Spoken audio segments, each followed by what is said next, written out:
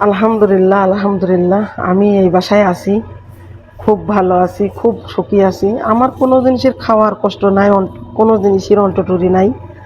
আল্লাহ আমার খুব ভালো রেখেছে, সুস্থ রেখেছে। এখানে আমার 1 টাকাও কোনো খরচ নাই।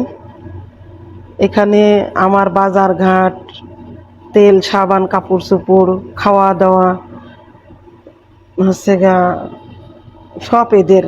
আলহামদুলিল্লাহ আমি খুব ভালো আছি, খুব একটা ভালো ফ্যামিলি, খুব একটা ভালো ফ্যামিলি। আল্লাহ আমার খুব ভালো রেখেছে এই বাসায়, কোনো জিনিসের কষ্ট নাই। কাম একটু বেশি কাম বেশি হলেও আলহামদুলিল্লাহ ভালো আছি, খুব শান্তিতে আছি, সুখী আছি। কাম করি, মানুষ কথা কয় না, পেট ভরে খাবা বুক ভরে কাজ করবা। তা আমি এই বাসায় ওই রকম আছি।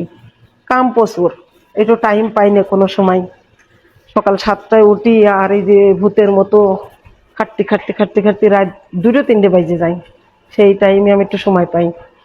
তাই আজকে সব বাইরে গেছে তো, আমার মতো আমি সকাল তো উঠে কাম কাজ সারলাম। সাইডে এখন দেখছি ম্যাডাম মোবাইল করলো, যা রান্না করা লাগবে না, তোর মতো তুই রান্না করে খা। তাই আজকে একটু সুযোগ পাইছি, সময় পাইছি, তাই একটু খিচুড়ি ভাত রান্না করছি বাংলাদেশের মতো। ওদের খাবারই খাই, অভ্যেস হয়ে গেছে আমার খাইয়ে। ওদের যত্ন করতে করতে আমি সময় পাই না একটু অন্যরকম করে রান্না বান্না করার, তাও মাঝে সাঝে একটু করি। যাক আলহামদুলিল্লাহ, কাম হলো আলহামদুলিল্লাহ, আমি খুব ভালো আছি, খুব সুখী আছি। আমার কোনো জিনিসের কষ্ট নাই।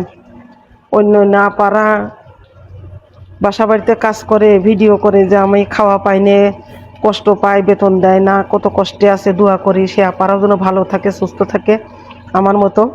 আমি খুব ভালো আছি, আল্লাহ আমার খুব ভালো রেখেছে। এই ফ্যামিলিটা খুব সুন্দর, খুব ভদ্র।